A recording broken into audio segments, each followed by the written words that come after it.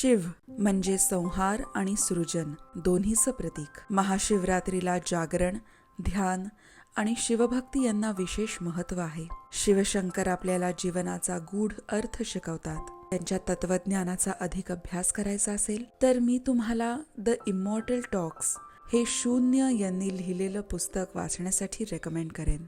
हे पुस्तक शिवाच्या आध्यात्मिक शिकवणींवर आधारित आहे आणि जीवनाचा एक वेगळा दृष्टिकोन देते. दुसरं पुस्तक मी रेकमेंड करेन द इमॉर्टल्स ऑफ मेलुहा.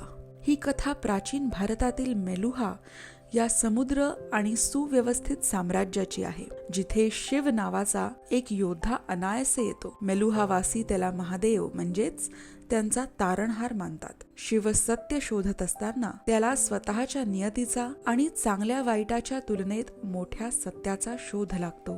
ही कथा इतिहास, अध्यात्म आणि थरारक साहस यांचा अनोखा संगम आहे. महाशिवरात्रीला काहीतरी नवीन वाचूया, ज्ञान ग्रहण करूया. महाशिवरात्रीच्या अनेक शुभेच्छा.